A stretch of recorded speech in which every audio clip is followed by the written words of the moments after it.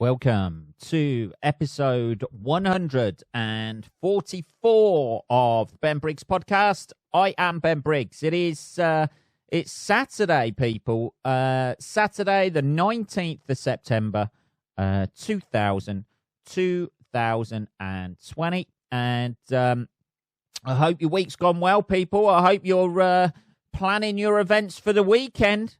Make sure you keep your social distancing. Make sure you're fucking in your little bubbles of friends who you trust, who aren't going to infect you with this shit.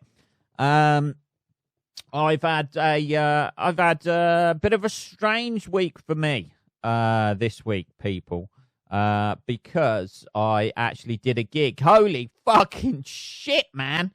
What is going on? You're actually back gigging again, Ben? Yes, I am. A little bit, actually. Yeah, I had a gig on when was it? What are we today? We're Saturday today. Wednesday, people. You know it's Saturday, Ben. You just fucking said it was, sort it out, geezer.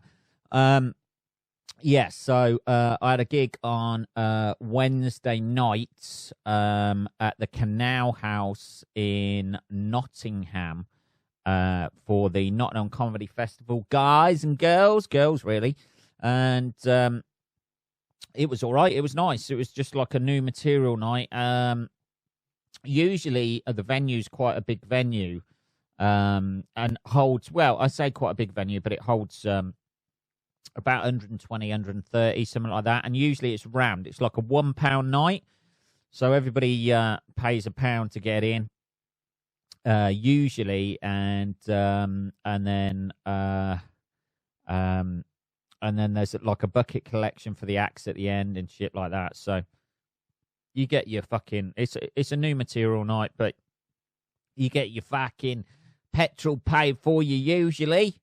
And, why I put on an Australian accent, usually. Yeah, you usually get your petrol paid for and that sort of thing. So it kind of works out quite nice in the fact that you can go down, do your material in front of about 120 people, learn it. Take a few notes about what needs improving, like it always does, people. Or what could work better, or improvise a little bit on stage. It's quite a loose fucking night, run by people who are passionate about comedy, and it's nice. And Wednesday night was it was a nice night. Peter Fox, comedy reviewer, was there. Boom, he's there. In his hat and looking a little bit like von Smallhausen from Hello. But it's, he was there. There was a couple of other acts on who I've gigged with before, and had a bit of a chat with them. Pat Draper was there. Had a bit of one of them elbow fucking, that's the new thing these days, isn't it? The old elbow fucking, hey man, how you doing? I don't know why people just don't bump fists, because touching elbows, you're actually getting closer to somebody, aren't you? I don't know. Maybe elbows, that could be the thing. Elbow skin is fucking the thing that the virus cannot live on elbow skin. That could be what's going on. If we're only covered in fucking wrinkly fucking elbow skin, that I almost am on my face and rest of my body at the minute as I decline rapidly into middle age. You had the old elbow bumps and shit like that, and it was nice to catch up with Pat Draper and see how he's getting on, and bemoaning the state of the comedy circuit with regards to gig availability. That's one thing that you sort of like miss a little bit by not having done gigs. All the fucking moaning that goes on off stage. I never thought I'd think that. I never thought that I'd actually fucking miss moaning about the fucking comedy circuit off stage to like-minded people. That's something that's something of a shock to me, I must admit. It's the gig was nice though. It was nice. It wasn't as many. I walked in there like I was doing a fucking bank job. That's how you enter any public house or premises at the moment, is if you're tooling up for a fucking bank job. You get your mask on, you go in there, you've got everything you need with you. Rip your mask off as soon as you fucking, sit down or whatever. The capacity, I think it was like not 120. There must have been about 30, 40 people in there, I think. All socially distanced, 2 meters apart, all regimented. I don't know, man. Things change quickly, don't they? That's why the whole thing with this pandemic and that, things have gone very quickly, changed very quickly with what is the new norm, what was the old norm, and freedom's eroded people. But the nice thing about it was the gig went well. I had some new material I wanted to try out, and I just thought I'd keep it a little bit loose. I had topics, the classic topics, written on the back of your hand that I was delving into, and written on a bit of paper in my back pocket. Basically, I hadn't fully prepared for the gig, but it worked out all right. So, but that's the way new material goes sometimes. You write a new bit, you try and remember it as much as you can, but you're like, oh, I need to hit that point. And eventually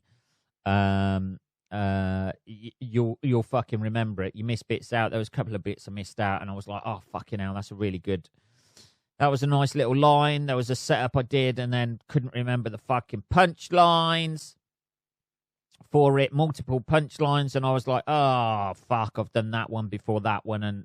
But that's the way it goes, people. Hey, 6 months off almost. What do you expect, eh? Hey, you're going to be a little rusty, baby. You're going to be a little rusty, aren't you? You're going to be a little rusty. But it was nice. The audience sort of like know the vibe of the night and that sort of thing. They know it's like a new material night. They know people haven't been gigging for a while, and they were a little bit more forgiving than they should have been. I think, particularly with some of my stuff. But there's some fucking nuggets in there, baby.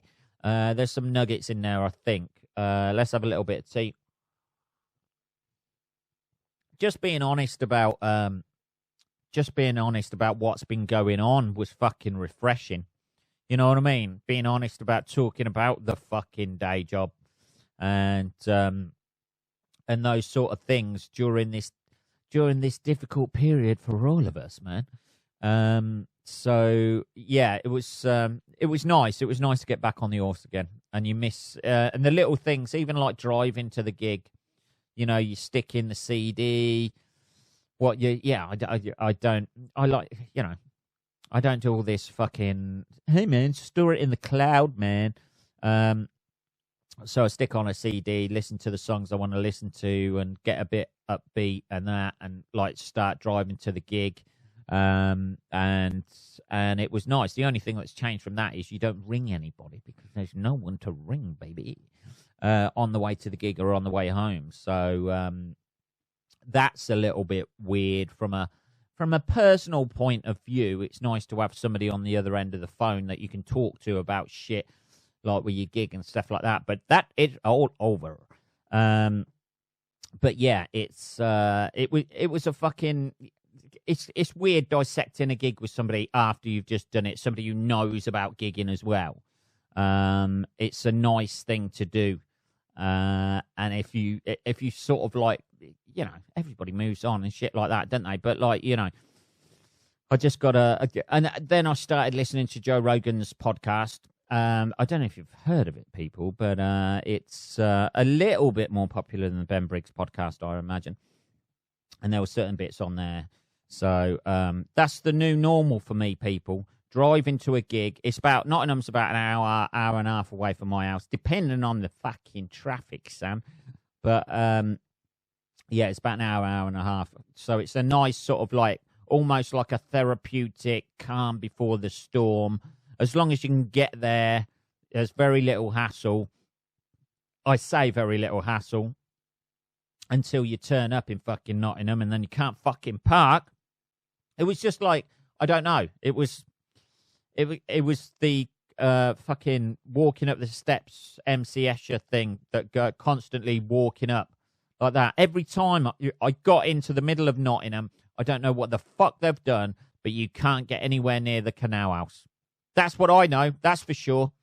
Without driving down a fucking taxi or bus lane only. So I must have drove round this bit where this car park was. Not the usual. I usually park bang opposite the end, the venue.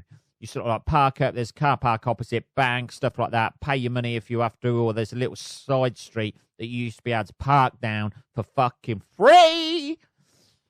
But you can't fucking do that anymore because Nottingham Council, they want your money. So you can't do that shit anymore. So I usually park opposite, and I had to park in fucking Maid Marian car park or whatever. Like Robin Hood did, I imagine, a few times. And yeah, so I had to park there and then fucking walk to the venue a little bit. But like, I was just driving round because I was like, I want to go down there. Why can't I get down there? And then your sat nav's fucking recalculating. You got somebody up your ass. As soon as you do anything like that, isn't it? There's always somebody. You know, you're just driving along and you're like, oh, fuck, I should have done that. Should have took that turn in. I can't get down there. So what I'll do, I think I can loop round that way and get in the other way. And then there's instantly somebody up your ass. Just let me think for a minute. There ought to be some sort of light on the back of your car that is the same colour as an indicator, yellow, and just pops up with a fucking question mark on it. I'm just thinking. And then everybody behind you will know, right, okay, he's just dithering a little bit. He's just getting his bearings. That's okay. No need to use the horn and fucking flip the finger as you go by. I'm just thinking, just give me a moment, just a nanosecond of pausing to think, should I take this one or the next one to see if I can loop round? But no, right up your ass, aren't they? Can't go anywhere, can you? And just have a little bit of fucking peace to yourself. Well, that's what this is about, isn't it? The old Ben Briggs podcast. That's what that's about. News this week. Things that are going on. Tom Hardy apparently is rumoured to be the next James Bond. Apparently, which seems to suggest that they're going to go with the same format that they've got at the moment. I actually think Daniel Craig is one of the better Bonds. Everybody says he's well, Sean Connery is the ultimate Bond. For me, Bond was Roger Moore. That's what I grew up on. That smarmy fucking almost, if Bond was still like that now, the way that Roger Moore was Bond, he would be in court every fucking 2 weeks. He would spend most of his time fighting off court cases from women who he'd fucking banged around the globe. Whereas, like, the old Daniel Craig is a bit more gritty, and he's a bit more, he's in love, but his missus fucking dies, gets drowned, trapped in that shit. And then he sort of, like, goes on a fucking bender for a bit, killing a few people. It is more down to, down to getting the job done, isn't he? Like tracking down people and shit like that. Roger Moore, James Bond, was too busy. Yeah, he was a secret agent and shit like that, wasn't he? He used to go around, fighting criminals and that. But yeah, always had one eye on the old fucking totty. There you go. Have a bit of that. Hello. I'm just gonna sort this situation out and stop this evil person taking over the world. But you mark my words, sweetheart. I'm gonna be back to bang you by the end of the film. Yeah, so he was not to mention he must have been riddled with syphilis. That would be that should have been the last Roger Moore film. It's just fucking James Bond sitting in a wheelchair in a fucking mental hospital, like absolutely lost his mind because he's fucking syphilis up to the eyeballs. And I mean, I'm not saying it's going to be a great film, but it can't be any worse than fucking Timothy Dalton, surely. Who, to be honest, kind of peaked a little bit too early, didn't he, with the old... he's more like a Daniel Craig sort of Bond, isn't he? He was the sort of like, you know, he had the fucking... He got a few women in that, but he got the fucking job done. That's what you want. Can you imagine that? Like Roger Moore's, like fucking... the M in Roger Moore. James Bond never just sat him down and just went, you know, maybe stop banging the chicks, every fucking one you meet, you know, with a weird name, or, you know, you fucking, you know, you don't have to turn the women onto your side by banging them. There's other means, you know, you could bribe them at least, something like that, you know, get your information that way. You don't have to give an interrogation with your fucking knob. I don't know, people. I don't know. Anyway, so Tom Hardy is rumored to be the next James Bond. It is. It even says here, is the new Bond is too good to be true. Oh, God. Is it not true, then? In a post on an obscure Star Trek blog, is to believe to be Hardy will be the next 007. I don't, you know, any Star Trek fans out there, I take my hat off to you. I don't know how you can sit through that shit. I'm more of a Star Wars, obviously. But I never got into Star Trek. But on an obscure... Who the fuck finds this shit on an obscure blog on a Star Trek fucking thing in a leap forward in a link or a leaping link? Who knows? You're talking shit today, Ben. In a link that you have to fucking type into the fucking dark web to get on there. Somebody said Tom Hardy might be the next 007. I think it's probably wishful thinking. I can't see. I don't know. Because of, like, it's going to have to stay the same because the new ones were, like, quite good, weren't they? The Daniel Craig ones were actually quite good, quite violent.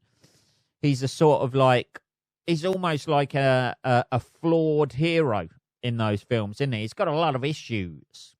Very 2010s, isn't it? The Twentines. He was a very Twentine Bond. He had a few fucking issues, man. I imagine the next James Bond's going to have fucking ADHD, or, you know, just at the end of every film he's in a fucking therapy session. You know, that's one thing you don't see. James Bond in a fucking therapy session trying to get through it all that PTSD of fucking, you know, oh, Jesus, I just banged her and then had to kill her before the end of the film. I don't know. But anyway, I'd be very excited if Tom Hardy was the new James Bond. That's all I'm saying, because he's fucking great in everything he does.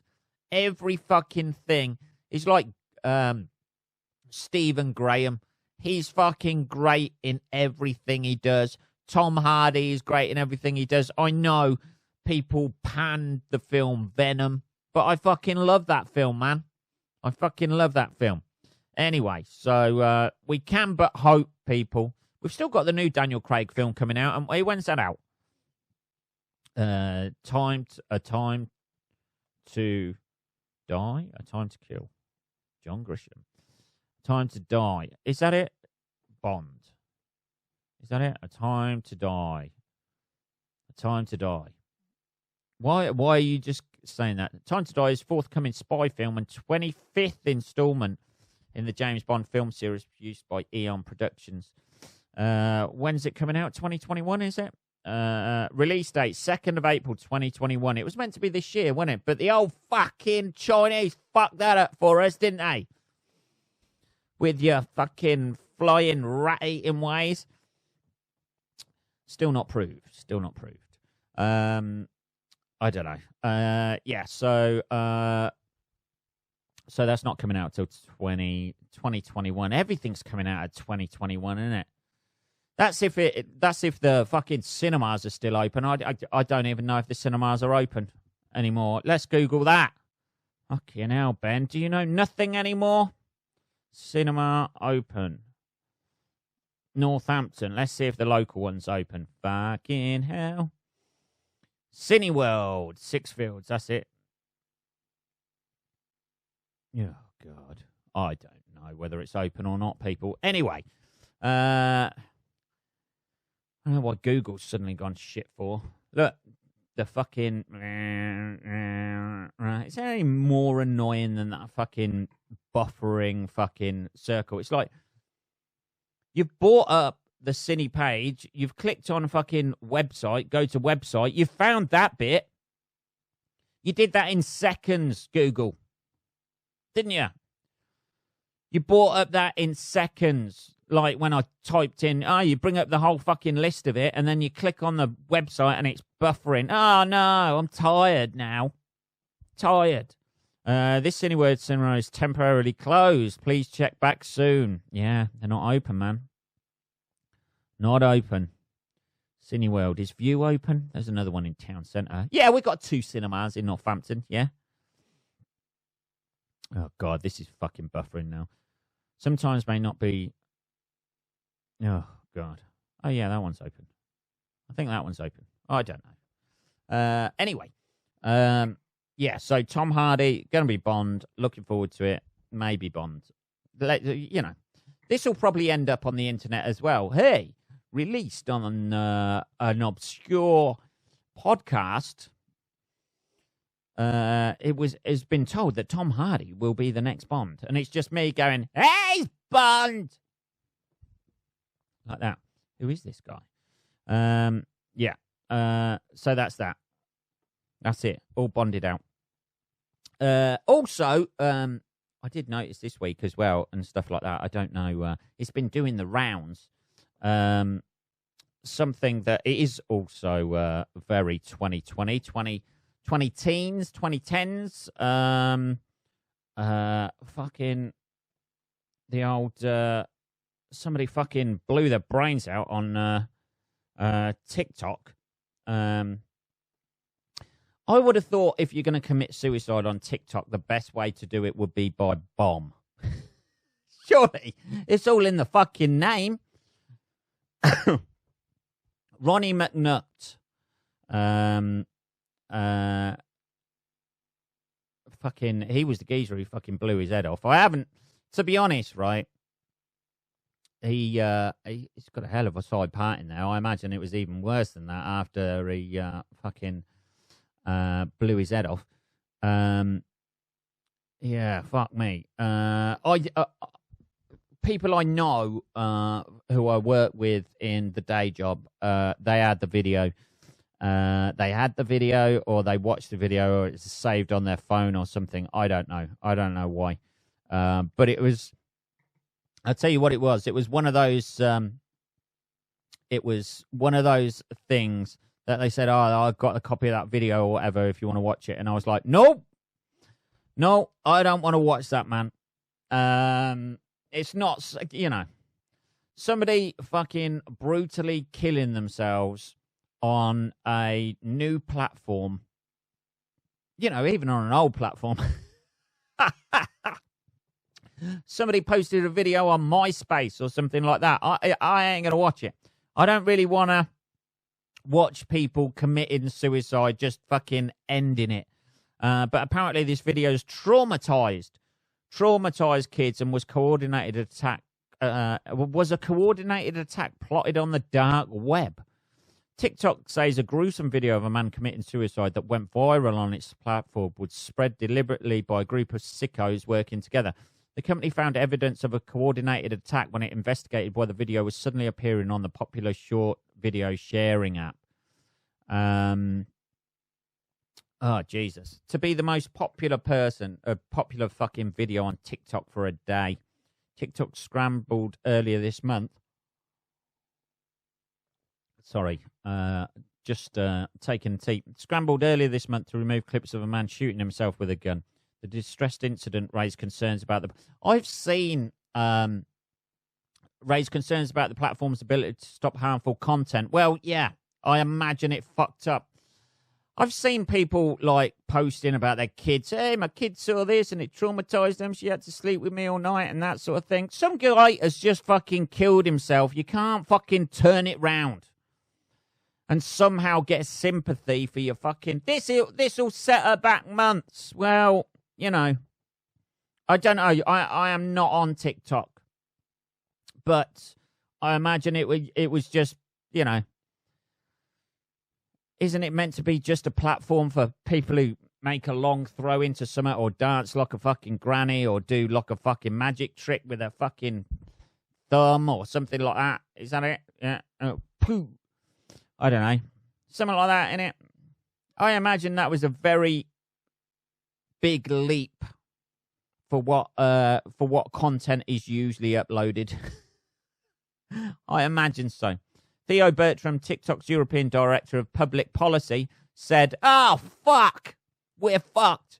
Said there was a huge spike in the number of clips uploaded to TikTok about a week after the original video was live streamed on Facebook. Oh, shit, it started on Facebook.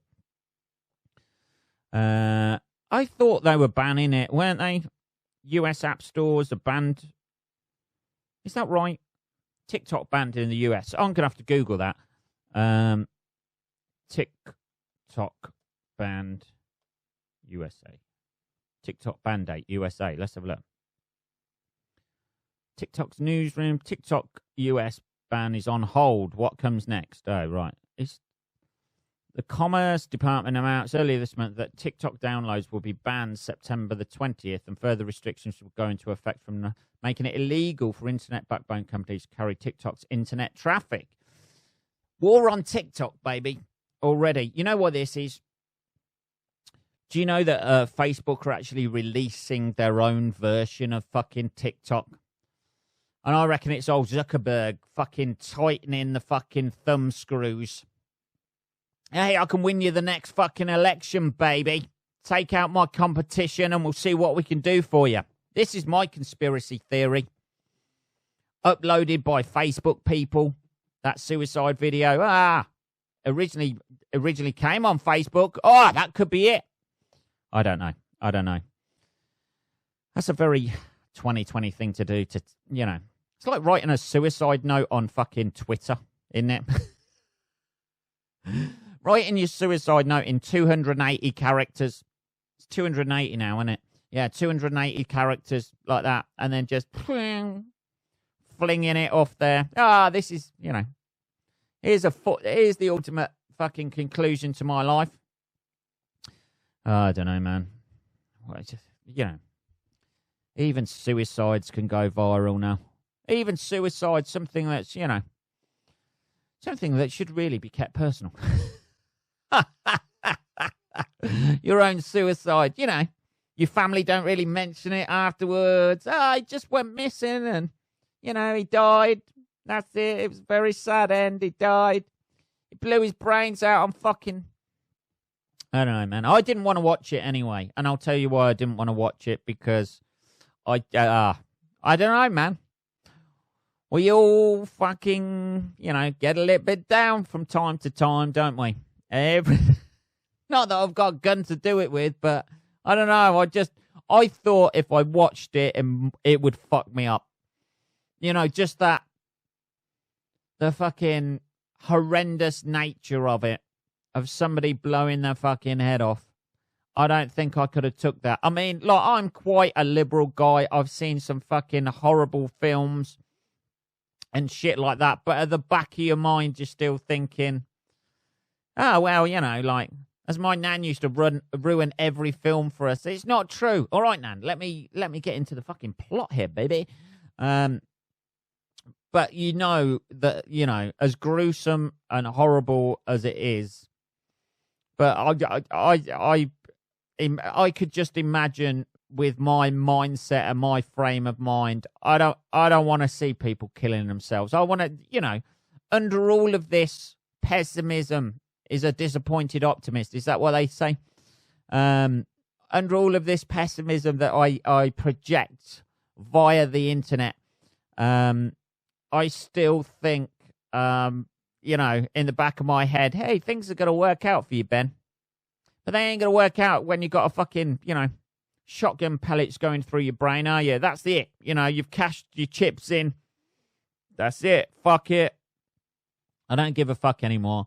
And I just think more than the gruesomeness of it, just the finality of somebody's life like that, where they chose to do it as well in such a public way. I don't know. It's there to be shocking, isn't it? He hasn't done it like, he's not done a Kurt Cobain, has he? Go out to the fucking shed or the garage or whatever, stand there for a while, have those memories of fucking Courtney Love going through your head, all the nice tits he's seen and stuff like that, hey, I'm doing this against commercialization. If anything, that suicide is the antithesis of what Kurt Cobain's was. Doing it on a fucking public platform like Facebook and then having it go viral on TikTok. I don't know, man. It just seems fucking so brutal. I think it would have fucked me up watching it. My sanity is held by a very thin thread at the best of times. And I think that would have fucking tipped me over the edge, man. Bang! Yeah. What are we on? 31 minutes. That is episode 144 of the Ben Briggs podcast. It's if you want to email me about anything, if you're thinking of topping yourself on a social media platform and you want to talk about it, you can message me at podcast at benbriggs.co.uk. I say that every week. You know what I mean? I should know it by now. Podcast at benbriggs.co.uk. Enjoy the rest of your fucking weekend, people. Don't go shooting yourselves, no matter how bad it gets. Your weekend. Maybe it won't work out. Maybe your friends won't ring you about going out tonight, but, put it back in the gun drawer, Americans. People over here, put that rope back in the garage. Things can get better, people. I will be back on Tuesday, motherfuckers. Take care until then. Take care.